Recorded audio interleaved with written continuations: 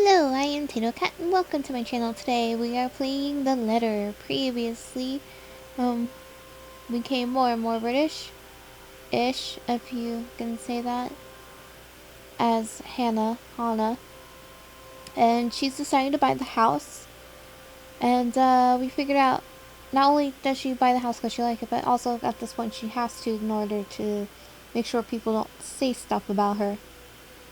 And she saw something that no one else saw, and then we're just pretending like it's okay. That's pretty much where we left off. Right, let's just continue. And then again, it's telling me there's a relationship thing. There's no relationship thing. Okay, let's just continue with the accent. I might as well clear up the rest of my week and handle whatever affairs buying this mansion requires of me. Any social activity can be put off until Ermengarde, or rather the Wright Mansion's great debut. I'll have my fill of great parties and gatherings, especially when I organize them myself. That sounds good. Great.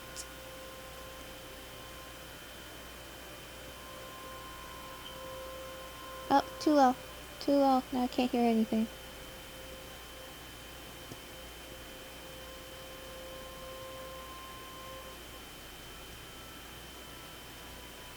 That's better. Although, with a project of this scope, we might need most of the day to tackle your concerns.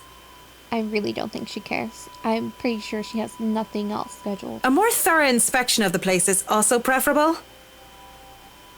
In case there's any hidden dead bodies stuffed in couches. Breakfast then! It's a date. Oh, it's a date. It's really not. Oh, look at us flirting with Marianne. All right. Monday. 10 o'clock sharp. We'll see you then. Actually, Marianne suggested that we meet at 9, but who's even awake at that unholy hour? I was lucky enough to wake up this morning before Luke went all the way to Cardiff. We say our goodbyes, shake hands, and make it clear without outright saying it that we now own this house. By the time we left the mansion grounds, sunset is almost upon us. So, you really want to buy this place then? Yes, apparently we do. That's a bit of a big impulse buy, even coming from you. Go screw yourself, Luke. Not that I'm complaining. You complain about everything. Well, I'm glad you're not complaining like you usually do. It's a right and proper Christmas miracle, isn't it? Hannah has... Oops. She didn't get to finish saying what she was saying. There we go. It's a right and proper Christmas miracle, isn't it? Hannah has finally done something right. Poor girl. I refused to look at him, staring at the passing scenery instead. Hey, Buttercup, what's with this cheek? Oh, cheek. Yes, we are being quite cheeky. I think it's about time, seems like. Rose, Lily, Mint. The nerve, Luke, the nerve! Rose's name is Rose, though, so... Is that what this is about? One, that woman's name was Rose. The other two are not good. Okay. And two, you know I don't mean a word of that empty flirting. And it's still the principle of things, Luke. I understand if you try to woo them to get what you want when it seems that I'm not looking. But I told you once before not to do it when I'm there. Oh, poor girl. Luke dealt with other women in the past to get what he wanted. Sometimes I have my doubts. I really want to believe that I'm an exception, that he's not just using me like how he used those other girls. He kind of is. It kind of seems like your parents died and he was like, oh, cha-ching. And, like, let's merge in on this and this in more than one ways sort of thing. I am having a hard time believing that now. And it isn't just the shameless flirting. There's something about Marianne, that Marianne woman, as if Luke is familiar with her. As much as it shames me, it makes jealousy rear its ugly head. I am, suffice to say, ticked off. Really? I forfeit my trip to Cardiff for this, and you're still not happy. Oh, his precious, drunken trip to Cardiff. Oh, trust me, Luke. I am very happy. Very happy that, for once, we are doing something that I want. It looks like you have a murder face, though. Can you not see the smile on my face? Oh, yes. You're just beaming with glee. It is only when I let loose those words that the truth hits me like a slap on the face. And by the looks of it, it seems to have the same effect on my dear darling husband. It has always been Luke wants to do this and Luke wants to do that, hasn't it?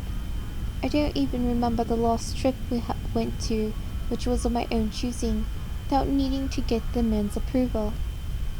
On the other hand, I was pulled along to every single expedition he wished to tackle, and I never objected.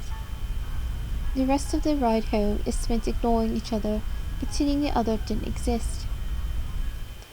Arriving at our penthouse, my first order of business is to get into bed. Didn't you want a cuppa? Some tea, you know? Forget a hot bath, forget the tea. I just want to bury myself in the blankets and forget everything in my slumber. It seems that Luke has the same idea in mind as he tags along behind me. But this is something I will not allow. The moment I pass through the door. Out. You go, Hannah. What the bloody hell, woman? This is my bedroom too! Not tonight. Luke stands flabbergasted as I deny him entry into our chambers. His pillows lie on the cold tiled floor. The tiled floors away from the warmth of our soft down bed, and my gaze promises him the same fate if he does not budge on this matter. Don't even try to argue, because I am very cross with you, Luke Wright. Cross indeed we are. You can take the second bedroom or the guest room if you wish, but I do not want to see you at all for the rest of the night. Yeah. Johans! What is he going to do? Disagree with us? Our butler wanders over, a curious expression on his face. He doesn't quite hurry, moving at a relaxed pace, no matter how angry his master sounded. No, you are not allowed to sleep in my room, sir. I love this butler. That's not what I mean! Help me talk some sense into her! There is no sense in questioning her right to be angry, sir. That's true. She has a lot of right to be angry. So, if I might be excused, I'll go prepare the second bedroom for you. He has a lot of attitude right now, it seems.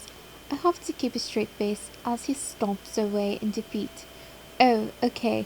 It was, Johans, who wasn't stomping. It was Luke who was stomping. Mutiny! This is mutiny! Damn right it is. The system is being upturned, and the people are rioting, and everything is left asunder. Actually, you're the only one rioting, so I think the people are happy right now.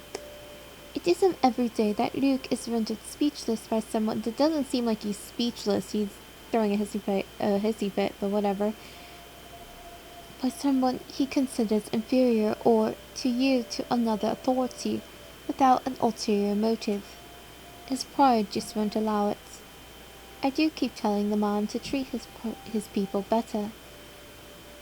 He may throw whatever fit he wants, but he will not be getting his way tonight. Victorious, I celebrate by jumping face first into our bed. Undignified, yes, but nobody's here to judge me anyway. Right? Nobody is here to tell me what to do. Yet, as I succumb to sleep, I can hear them whisper to me. I can hear them whispering. Why are we suddenly here? Calling for me. They want me, need me.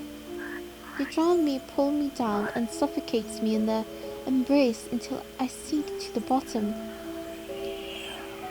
A deep abyss awaits, inviting yet foreboding. They're calling to me from there, aren't they?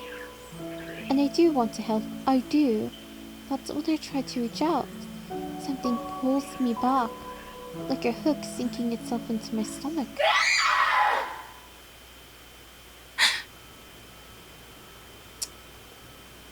Well then. That's unfortunate. Is she in the cellar? I wonder.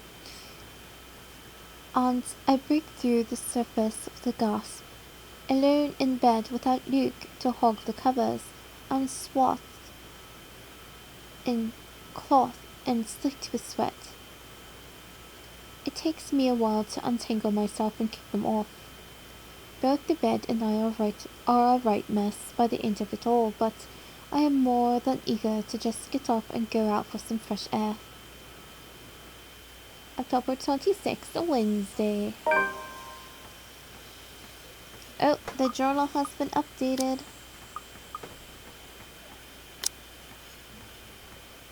Did it say October 26th?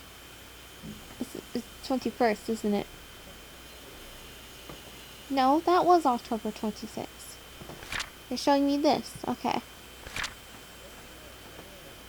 Here it is. During the open house, Hannah pressured the estate agents to sell the mansion. The Wrights also met the interior designer, but displeased with her husband's flirtatious attitude, a disagreement brewed during the ride home.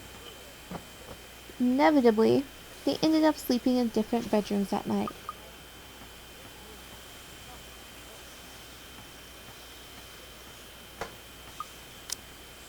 The days past had gone by a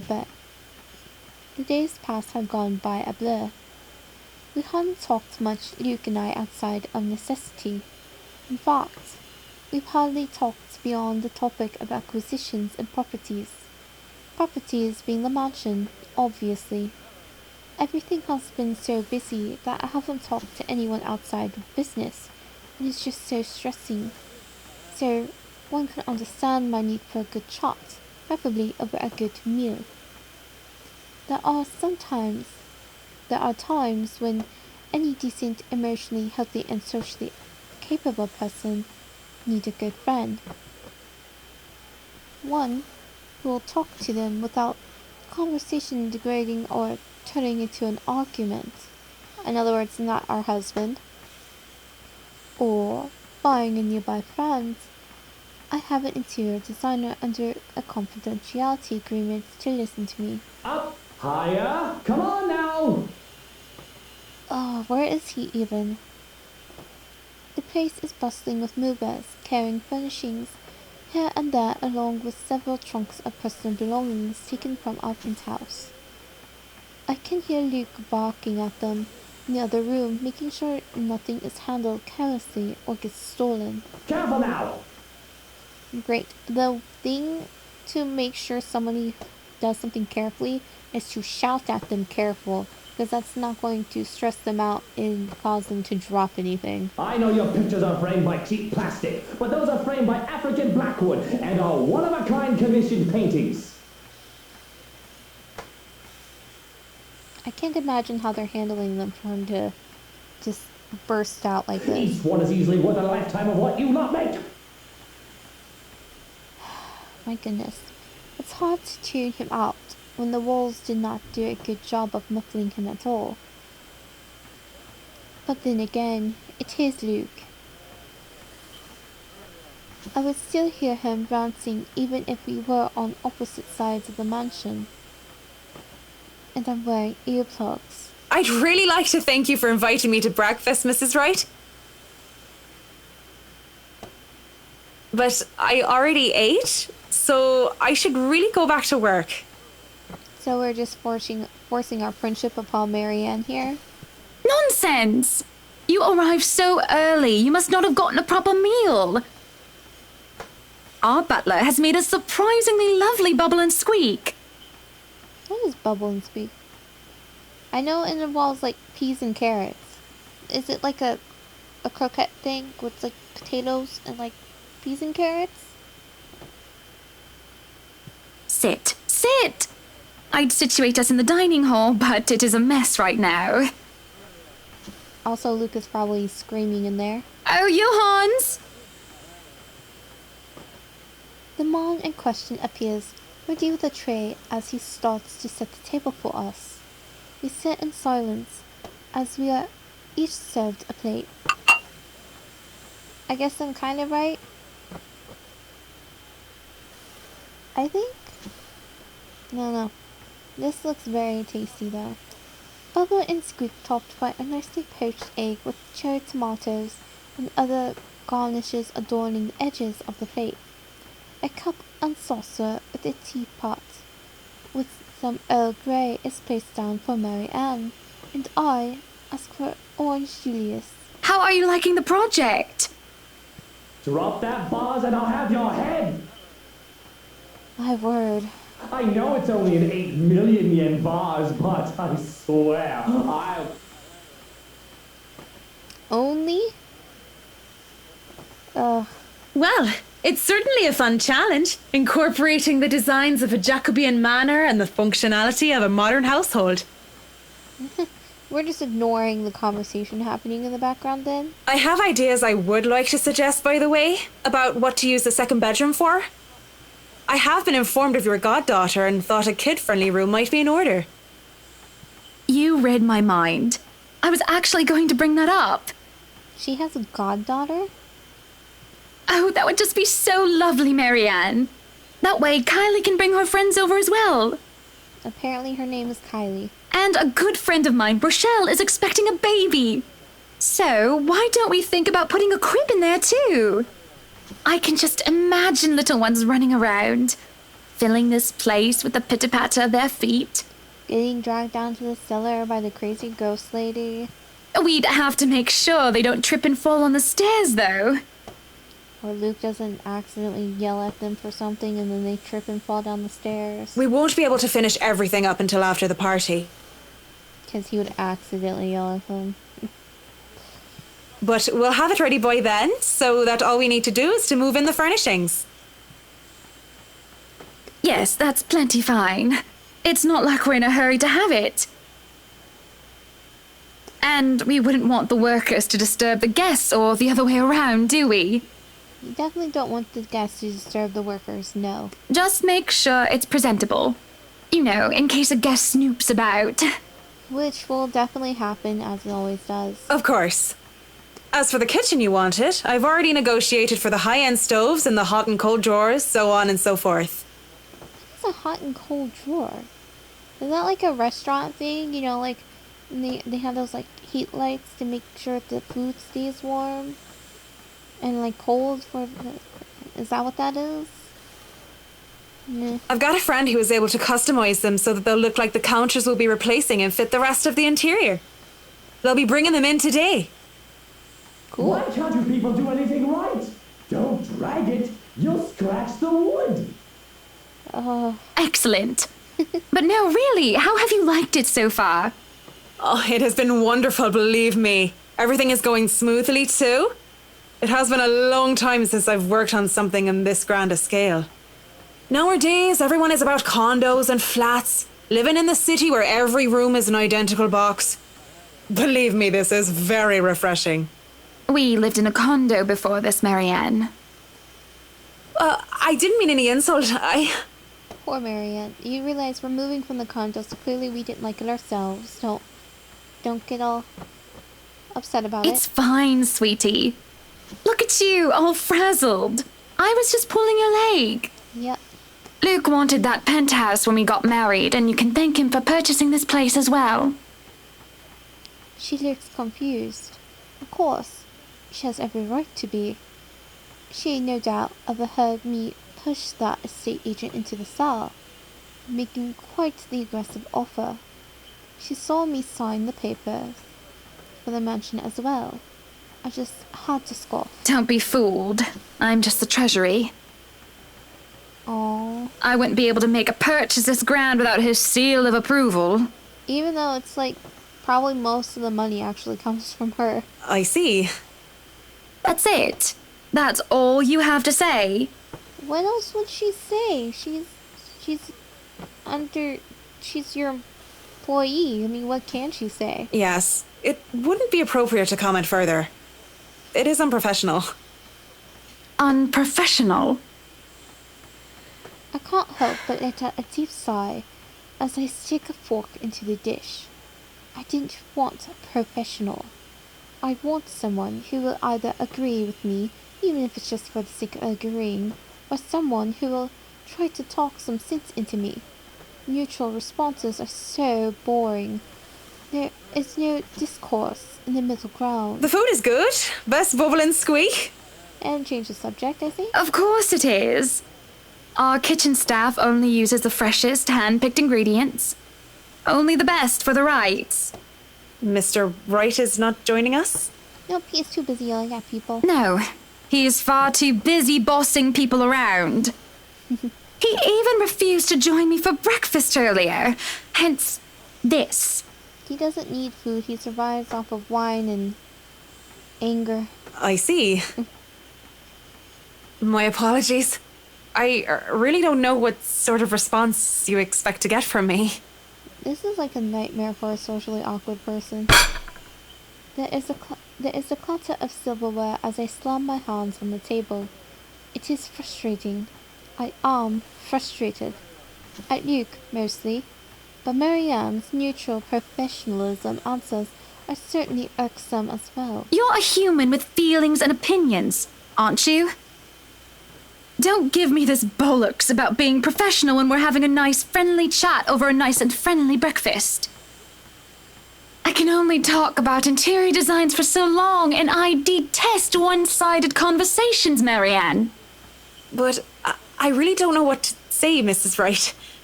Yeah, she can't say much in the situation. It's just very, very wrong. We were talking of no topic in particular, and... Luke. We were talking about Luke. About him not eating breakfast with you?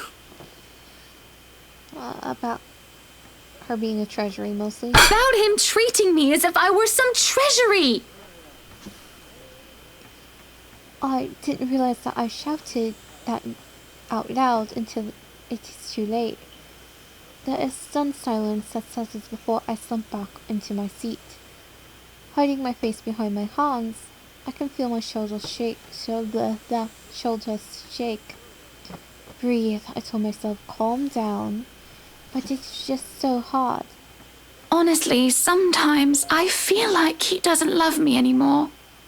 Oh, what if he never did? Oh, have I been so blind? Did he ever love me at all? Was our marriage all for the sake of saving his company and his wealth? Probably. Because Because? Did I say that out loud? Again? No, this is bad. Unacceptable.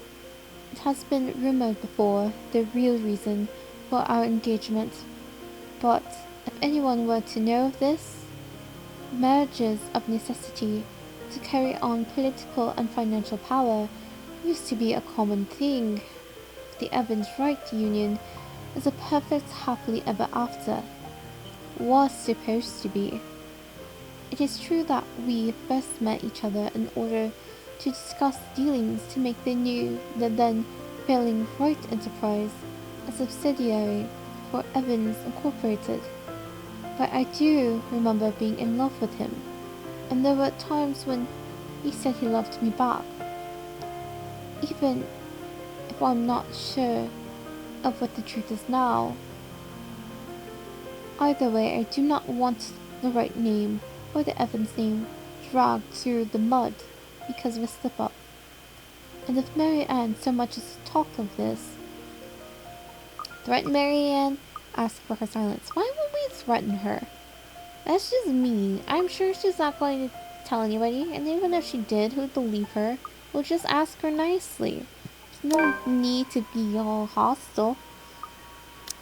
Oh look, she likes us more now. Marianne is a good sort, isn't she?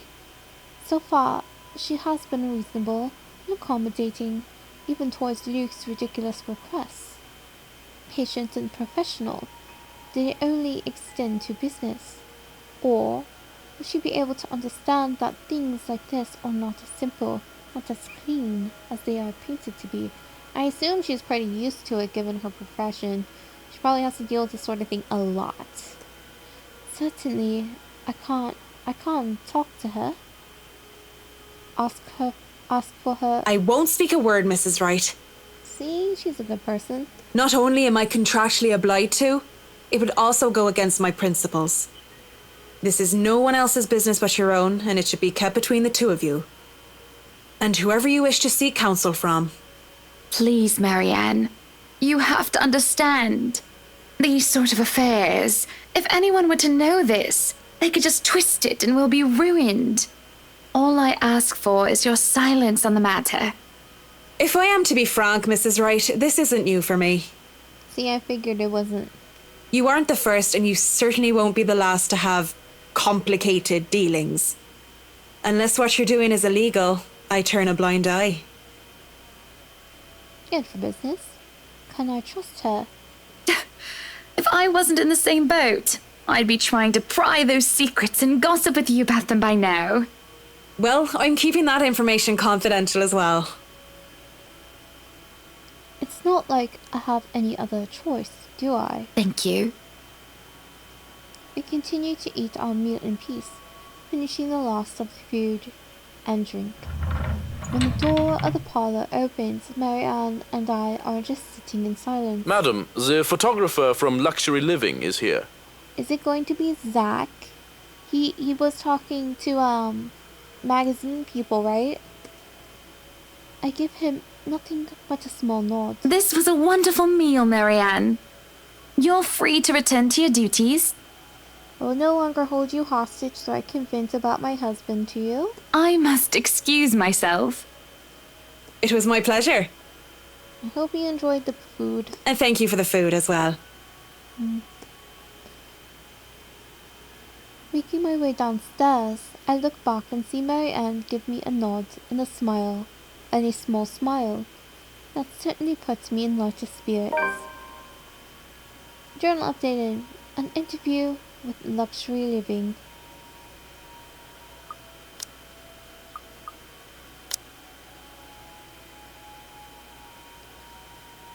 The Wright couple moved to the newly bought mansion today and was already preparing for a housewarming party.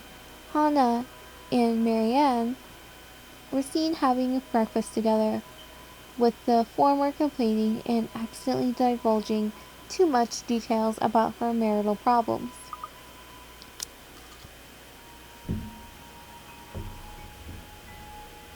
That is today, isn't it? Oh, sorry, I hit the mic. I was trying to get my water.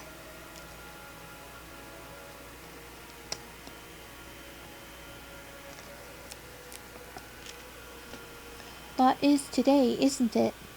Oh yes. People had caught wind of our new mansion the very moment we left the open house. Luke had boasted he could acquire the property in no time and allowed a photo shoot for an interior design magazine to be scheduled today. I wouldn't say scheduled because it seems more British. But there were complications, and it took longer than it usually does for us. Hopefully, I won't have any other unfortunate slip-ups with someone who isn't bound by confidentiality.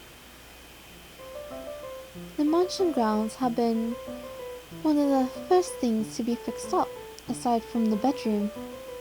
Although it's still a work in progress, it had a promising start, and I can already see the flower patches. Luke's favorite daffodils stand out easily. Where? We'll pretend they're there. having been transplanted from the pots that used tilted the rooftop of our penthouse. Why, if the moving crew thought that Luke was being hard on them, they clearly didn't see the landscaper on the way out. The man looked like he was ready to faint, and Luke seemed ready to kill him by the end of the discussion. It is Zach! Well, we'll see how Hana and Zach get along in the next episode. If you haven't already, like, comment, subscribe. I am Tia. Have a wonderful morning, evening, afternoon.